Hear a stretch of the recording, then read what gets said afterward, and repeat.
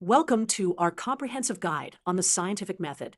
This systematic approach helps scientists develop and test theories about how our world works. The scientific method is a cyclical process that involves multiple steps. Let's explore each step in detail. Let's start with observation.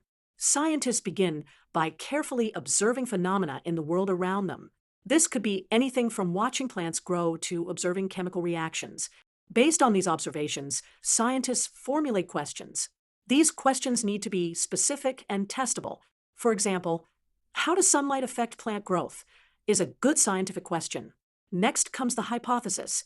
A hypothesis is a testable prediction that explains the relationship between variables. It should include both the independent variable, what you change, and the dependent variable, what you measure. The experimentation phase is where we test our hypothesis. We design controlled experiments where we manipulate the independent variable while measuring the dependent variable. All other variables must be controlled. After collecting data, scientists analyze their results using statistical methods. This helps determine if the changes in the dependent variable were caused by changes in the independent variable. Finally, scientists draw conclusions and communicate their results to the scientific community.